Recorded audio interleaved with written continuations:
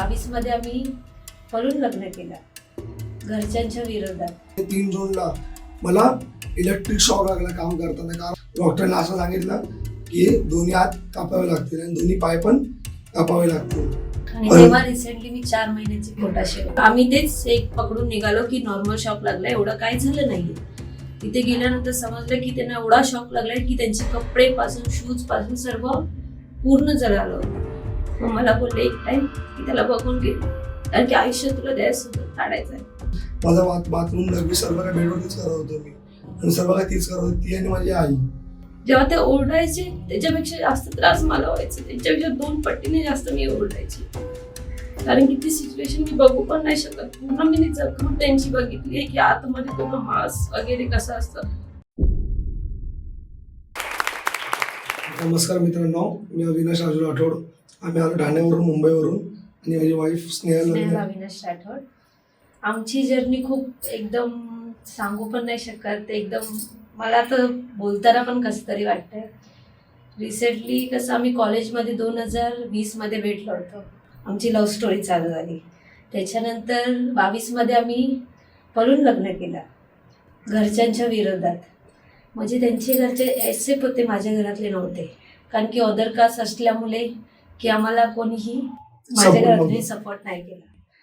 त्याच्यानंतर आम्ही लग्न केलं 2022 मध्ये 3 मेला. आणि रिसेंटली 3 मेला लग्न केल्यानंतर 29 डिसेंबरला माझे वडील ऑफ झाले, कारण की माझ्या वडिलांना कॅन्सर होतं. ठीक आहे, आणि ते कॅन्सर असताना सुद्धा ते काम करत होते, पण त्यांना काम न करता त्यांना घरी बसून बेडवरती झोपवून मी रिक्षा चालवून पूर्ण घर सांभाळत होतो. त्या टायमाला घरात माझा सर्वात मोठा मुलगा मीच आहे, ना मला मोठा भाऊ आहे ना कोण आहे माझ्या घरात. जेन्ट्स माझे फक्त वडील होते, आणि वडिलांनंतर मी आहे. माझी बहीण, छोटी बहीण, आई सर्व सांभाळणारा मीच एकटा होतो. ठीक आहे, वडील जेव्हा ऑफ झाले 29 डिसेंबरला 2022ला, असं वाटलं घरात आता जेन्ट्स माणूस कोण आहे, सर्व भार माझ्यावरती आलं. पण देवांनी असं एवढं वाईट केलं की जसं पप्पा ऑफ झाले काही 4 महिन्यामध्येच मी जॉबला लागलो पप्पांच्या जागेला, ठाणे महानगरपालिकेमध्येच. जसं जॉबला लागून मला 1 महिना पण सुद्धा नाही आलता की मी लागलो 29 एप्रिलला कामाला लागलो, आणि एका महिन्यामध्येच म्हणजे 3 जूनला मला इलेक्ट्रिक शॉक लागला काम करताना. कारवाई करत होतो मी ठाणे महानगरपालिकेमध्ये, बिल्डिंग पाडायचं काम करत होतो दिवा इथे. तर ते कारवाई करताना एक इलेक्ट्रिक शॉक असा लागला की एक टॅरेसचा जो स्लॅब असतो, वरचा लोखंडाचा पाईप असतो, तो खालती पडला होता. तर ते काय समोर एक बिल्डिंग होते, त्या बिल्डिंग मला लेडीजने काय बोलले की तुम्ही हा साहेब हा पाईप उचलून ठेवा, त्याचा रात्री जो आमच्या बिल्डिंगवर पडला की आमच्या खिडकीवर तुटू शकतात. मग साहेबांचा मी तो पाईप उचलायला गेलो, पण खालती ट्रान्सफॉर्मरमध्ये बघितलं जातो मी, तो पाईप असा हलत ट्रान्सफॉर्मर चिपकला. मी वरतीच 25,000 व्होल्टेजचा करंटचा ट्रान्सफॉर्मर होता, तो तिकडे चिपकून राहिलो. दवाखान्यावर नेले. सरांनी रात्री सांगितलं की डॉक्टर पण बोलले की वाचणार नाहीये. ठीक आहे, पण नंतरला एक आमच्याकडे डॉक्टर होते खूप मोठे, आमच्या ठाण्यामध्ये ज्युपिटर हॉस्पिटल म्हणून आहे, टॉप नंबरला हॉस्पिटल आहे तो. त्यांनी सांगितलं की आम्ही त्यांना वाचवायचा प्रयत्न करू शकतो, पण इथं नाही, नॅशनल बसमधून, कारण की तिथून बाहेरगावावरून डॉक्टर लोक येतात, ते उपचार करतात. तर घरचे बोलले ठीक आहे, आम्ही त्याला वाचवतो, आम्ही प्रयत्न करू, तिथे पाठवा आम्हाला. मग तिकडे नॅशनल बसला मला नेले. त्यांनी मला उपचार केले. 10-1 महिना उपचार चालू होता, पण त्यांनी खूप प्रयत्न केले. माझ्या नकली हातात नसा लागले, नकली हातांमध्ये खूप प्रयत्न केले, पण असं काय रक्त काही झालं नाही, नसा काय टिकल्या नाही, कारण की आर्टिफिशियल नसा होते ते नकलीवाल्या.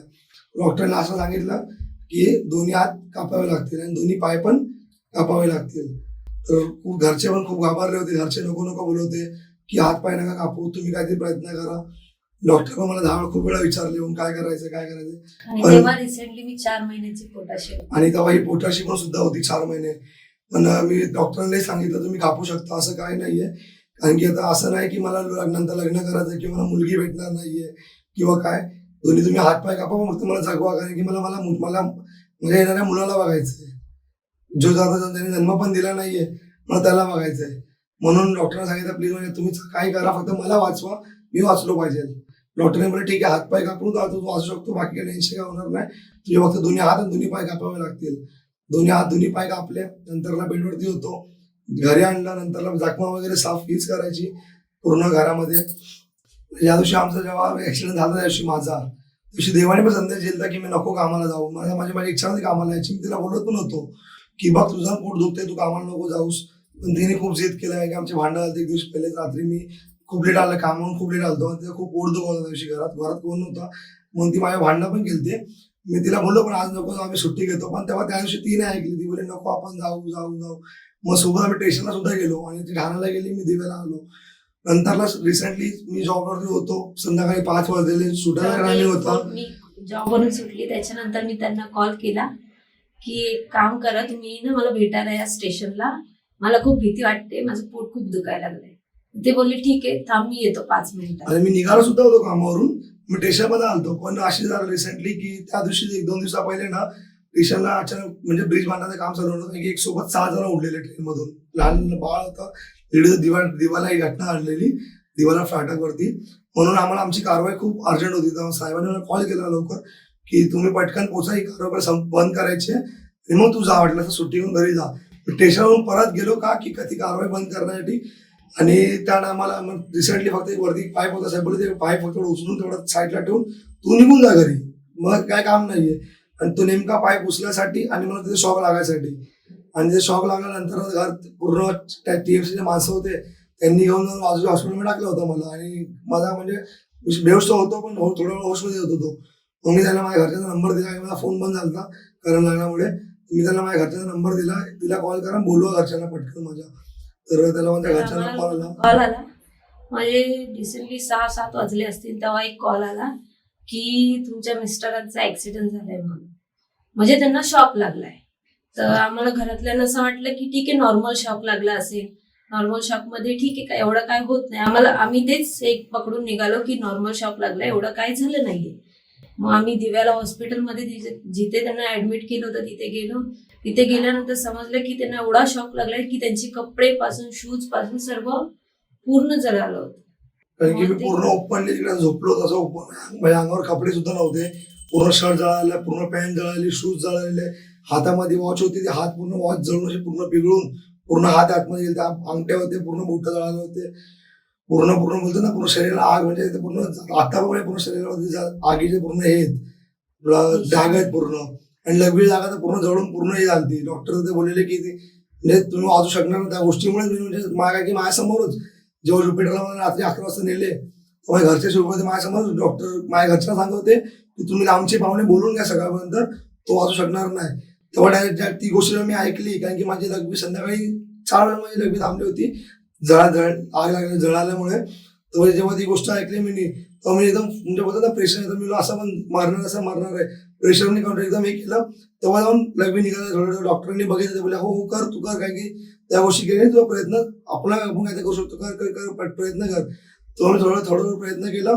मग जेव्हा माझी लघवी पूर्ण झाली एकदम रिलॅक्स फील झाला तेव्हा मला डॉक्टर बोलले की आपण काहीतरी प्रयत्न करू थोडं चान्सेस आहे 1% चान्सेस आहे 100% मधून की वाचू शकतो याला आपण पण आमच्याकडे नाही आपण त्या हॉस्पिटलला पाठवू आपण त्याला.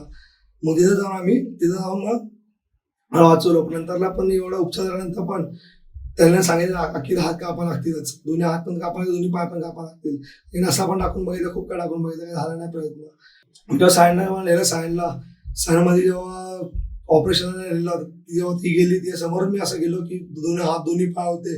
रिसेंटली मी स्वतःच्या होशमध्ये आलो ना बेहोश होऊन मला होशमध्ये आलं स्वतःच्या हातापायला बघत होते एवढे दोन्ही हाताला पट्टे होते दोन्ही पायाला पट्टे होते. तुझं शॉक मध्ये होतं की मला बघून की दोन्ही हात पण दोन्ही पाय पण नाही येत आता पुढचं आयुष्य कसं असेल. पण ठीक आहे जगलो तीच मोठी गोष्ट. मी स्वतःला समजून मी शांत करत होतो त्या टायमाला.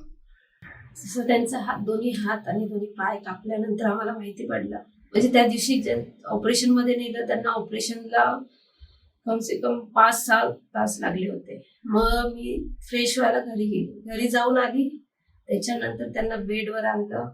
मग त्याच्यानंतर सगळे फॅमिली आले फॅमिली बघून गेले. नंतर मग मी आली. मग मला बोलले एक टाइम की त्याला बघून घे कारण की आयुष्य तुला त्यासोबत काढायचं आहे. तर मी सांगू पण नाही शकत मी त्यांना अशा अवस्थेत बघितली की त्यांचा हात नाहीये पाय नाहीये. त्याच्यानंतरही मी हॉस्पिटलमध्ये कंटिन्यू 15-20 दिवस त्यांच्यासोबत हॉस्पिटलमध्ये होते. त्याच्यानंतर त्यांची रोज सिस्टर यायची ती जखम काढायची माझ्यासमोर. मी त्यांची पूर्ण जखम बघितलेली साफ करताना. जेव्हा ते ओरडायचे त्याच्यापेक्षा जास्त त्रास मला व्हायचा त्यांच्यापेक्षा 2 पटीने जास्त मी ओरडायचे. कारण की ती सिच्युएशन मी बघू पण नाही शकत. पूर्ण मी जखम त्यांची बघितली की आतमध्ये पूर्ण मांस वगैरे कसं असतं, कारण की मी सांगूच नाही शकत की काय फील होतं ते. नंतरला चालता पण येत नव्हतं, नकली पाय होते. आणि 2022 मध्येच 22 तारखेला ऑक्टोबरला म्हणजे 4 महिन्यानंतर, म्हणजे ऍक्सिडेंटच्या 4 महिन्यानंतर मला मुलगा पैदा झाला. माझा मुलगा प्रियांशू. आज तो 4 वर्षाचा आहे. तेव्हा मला चालता पण येत होतं, पण यांनी शब्द दिलता, तुम्ही हळू चालायला लागलेत, जेव्हा मला आपल्याला जे बाळ होईल त्या बाळाला तुम्ही हॉस्पिटलला येतील. कारण की ना मी त्यासोबत चेकअपला गेलतो ना कधी कुठं हॉस्पिटलला जायचो. ती एकटीच जायची, काही चेकअपला जायची, सोनोग्राफीला जायची, एकटीच जायची हर जागेला. ती एकटीच जायची, तिला कोण सहारा नव्हता. लोकांना ती बघायची, मला घरी येऊन सांगायची की इथं मी आज कपल आलते, हे सोबत होते, नवरा बायको होते, ते तिला धरून सोबत आणलेलं, मी एकटीच गेलती, मला चक्कर येत होतं, मला पोट दुखत, मी एकटीच चालत होती, कोण नव्हतं माझ्या सोबतीला. पण काय करणार, देवाने जे केलं नशिबाचा भाग होतं. त्यांनी मला सांगितलं की जेव्हा आपलं बाळ होईल तेव्हा तू पहिल्यांदा भेटायला तू दवाखान्यात येशील, म्हणजे येशील माझ्यासाठी. मला चालता येत नव्हतं, पण मित्रांच्या खांद्यावरती हात टाकून मी लग्नात मी तिथपर्यंत, म्हणजे तेव्हा ते चांगले पाय आता, तेव्हा ते थोडे नॉर्मल लाकडाचे पाय होते, फक्त आम्हाला सपोर्टसाठी दिले ते आम्हाला त्यांनी उभं राहण्यासाठी. कारण की मी 4 महिन्यापासून बेडवरती होतो, ना उठता येत होतं ना काय, बेडवरतीच माझा बाथरूम लघवी सर्व काय बेडवरतीच करत होतो मी, आणि सर्व काय तीच करत होती, ती आणि माझी आई. खूप लोकांनी ते सांगितलं पण की सोडून टाक, नको राहू त्यासोबत, काय करशील, त्या दोन्ही हात नाही, दोन्ही पाय नाही, तू कमवू शकणार नाही, तुला सर्व लहान पोराला त्याला करायला लागेल, तुझं बाळ आहे त्याला पण करायला लागेल, त्याचं पण करायला लागेल, त्याला खाण्यापासून घेऊन कपडे घालण्यापासून घेऊन चालण्यापासून सर्व करायला लागेल, जॉबला पण तुला जावं लागेल, तुला कमवावं लागेल, काय करतेस. पण तिचे वडील, तिला पण लहानपणापासून आहे, तिच्या आईला पण कॅन्सर झालं लहानपणी, पण ती पोटात असताना. तिच्या आई ज्याच्या जन्मात तिची आई, ती जॉब झाली, पण तिच्या वडिलांनी खूप साथ दिला, तिला सांगितलं की नको सोडूस, केलं लग्न केलं, प्रेम केलंस तर निभवलं आजपर्यंत. पण तिने सोडून, पण तिने गेली ना, तिने खूप लोक तिला बोलले सोडून टाक, जॉबचे लोक पण तिला बोलले नको, दुसरा बघू तुला भेटेल तुला. पण तिने मला साथ सोडला ना, तिने मला उभा केलं, चालवलं, मला एवढा पुढं आणलं, सर्व गोष्टी. आज ती जॉब करते, मला सांभाळते, माझ्या मुलाला सांभाळते, माझ्या घरच्यांना सांभाळते, माझ्या घरात जेंट्स माणूस कोण नाही माझ्यापेक्षा मोठा, सर्व आम्ही दोघंच मेन आहेत. आमच्या बारके 2 बहिणी आहेत, माझा एक भाऊ आहे बारका, माझी आई आहे, आजी आहे, आणि एक माझा मुलगा आहे. हे सगळं सांभाळायचं काम आमचं दोघांचंच आहे. आम्ही दोघं मिळून पूर्ण घर चालवतोय. ती जॉबला सकाळी उठून, मी पण सुरुवात केली हळूहळू. मला पहिले लोक बोलले घरात बसून आहे, खूप लोक टोमणे मारत तिला की बायकोच्या जीवर जगतोय, ती सांभाळतीये, आई भांड्याचं काम करतीये. मला सुद्धा चांगलं वाटत नव्हतं. तर मला मी बँजो वाजवायचो पहिले, मला बँजोचा खूप आवड आहे पहिल्यापासून, आता पण आवड आहे. तर मला खूप लोक बोलायचे व्हिडिओ मला सुरू कर, व्हिडिओ बनवत जा, तुला काय ते सपोर्ट भेटेल. हाताला गाठी बांधून मी बँजोला सुरुवात केली. जेव्हा बँजो वाजवायला लागलो मी, नंतरला व्हिडिओ बनवला पण कोण होतं आमच्याकडे, तीच माझ्या व्हिडिओ हात स्वतः बनवायची, टाकत इंस्टा पोस्ट टाकत गेली. तर मला इंस्टाग्रामकडून खूप सपोर्ट भेटला त्या टायमाला. पण नंतरला खूप मित्र बोलवा लागले, मुंबईमध्ये चांगले बँजो आर्टिस्ट आहेत, ते लोक मला ओळखायला लागले. त्यांनी मला मेसेज केलं की आमच्यासोबत वाजव म्हणून, कारण की तू मोटिवेशन मिळूया की तू दोन्ही हात नसताना पण तुझी आवड आहे आणि तुझी कला अजून मध्ये जिवंत आहे. बाकी सर्व तुझ्या मधलं मेलं आहे, पण तुझी कला जिवंत तुझ्या मनामध्ये, तू वाजव, कर आमचं वाजव. माझ्या मुंबईत खूप असे मोठे मोठे आर्टिस्ट आहेत की अमन दहेगावकर, चेतन सोनमकर, सर्वांनी मला बोलवलं, त्यांनी मला प्रोत्साहन दिला, चांगला शोला त्यांनी मला घेऊन गेलं वाजवासाठी. नंतर मध्ये तुम्हाला जर्नी जाणवली इंस्टाग्रामची, मी काठीने वाजवायला लागलो. हळूहळू करून मित्रांचा सपोर्ट भेटला. म्हणजे व्हिडिओ बनवायला लागलो तर पहिले कोण मित्र नव्हतं, एक मित्र नव्हता माझ्या येत होता, ना गाडी चालवला कोण येतो, ना कोण, एकटा जायचो, एकटा यायचो. जेव्हा व्हिडिओ बनवायला सुरुवात केली तर सर्व मित्र यायला लागले. मग एक जण आला आपलं, कुठल्या मित्र एकाने बोललो की बाबा जिमला चल माझ्यासोबत, आपण जिमला, तुला मी सपोर्ट करतो. एक मित्र जिमला सपोर्ट करतो, जिमला जातो मी. एकाने ड्रायव्हिंगसाठी सपोर्ट केला, एक जण व्हिडिओसाठी सपोर्ट करतो. बाकी घरच्यांचा सपोर्ट आहेच. मग मित्राने सपोर्ट केल्यानंतरला मग विचार केला ती एकटी कशी का होणार, म्हणून तिला सपोर्टसाठी मी ड्रायव्हिंग सुरुवात केली. ड्रायव्हिंग पहिले ऑटोमॅटिक गाडी चालवतो, नंतर हळूहळू गिरवाली गाडी चालवू लागलो. पण हा छोटा असल्यामुळे गिर टाकायला जमत नव्हता. पण मग एका मित्राला सोबत ठेवून गाडी घेतली. आज धंदा करतोय, बिझनेस करतोय, आज गाडीचा टेम्पो चालवतो, 24 तास गाडी चालवतो, घर सांभाळतोय, मुलगा शाळेत जातो वगैरे. आम्ही दोघं नवरा बायको मिळून पूर्ण घातलं. आज लोक बघायला लागले, लोक आज स्वतः पहिले लोक हसवत एक टायमाला किंवा हातपाय गेले तरी बाईदार हाती आहे, त्याला सांभाळतीये, त्याचे कपडे घालतीये, त्याला घेऊन फिरतीये. पण आज लोक तिला बघतात, तिला बोलतात खरंच तू खूप हे आहेस, तू तिला सोडली नाहीस. दुसरी कुठली मुलगी असते सोडून गेली असती. मग स्वतःला असं वाटतं, मी अरेंज मॅरेज जर केलं असतं ना मी, तर खरंच दुसरी मुलगी मला सोडून गेली असती. कोणी मला एवढं केलं नसतं जेवढं ती करते. आणि माझ्या आई सगळ्या ती सांगते. तर सांगायचं म्हणणं एवढंच आहे की आपण बोलतो की छोट्या छोट्या गोष्टीला आपण बोलतो की नाही मला मला नाही जमत, जीव देईल हे देईल. तर भाई जीव खरंच सांगतो, जीव छोटी मोठी गोष्ट नाही, जेव्हा ज्या माणसावर बीतते ना त्याला माहिती असते की आपलं जे घडतंय ते काय गोष्टी आहेत. ठीक आहे. तर अशा छोट्या मोठ्या गोष्टीला घाबरू नका प्लीज. मला म्हणणं एवढंच आहे की तुम्ही जाळा की जर तुमच्याकडे सपोर्ट असेल ना, तुम्ही तर तुमच्या घरचा तुम्ही सहारा बनू शकता. काय जर तुम्ही जर हारले तर तुमच्या पाठीमागच्या लोकांना ज्यांनी तुम्हाला फायदा केला, ज्यांनी तुमच्याकडे एवढं कष्ट पूर्ण रक्ताचा कष्ट पाणी केलंय, त्यांच्यावर काय बीतना तुम्ही हे विचार करा कधीतरी. आपल्याला आपल्या पाठचा विचार करा. कारण की जेव्हा कळालं ना, जेव्हा व्हिडिओ होतो घरच्यांनी पुढे साथ दिला नाही माझ्या आईला. खरं सांगतो काय, फॅमिली खूप मोठी असते पण त्या मला कोण नव्हतं दवाखान्यामध्ये उभं राहणार. फक्त माझी आई होती डोळ्यासमोर आणि माझी बायको होते जी पोटाशी उभी होती माझ्यासमोर.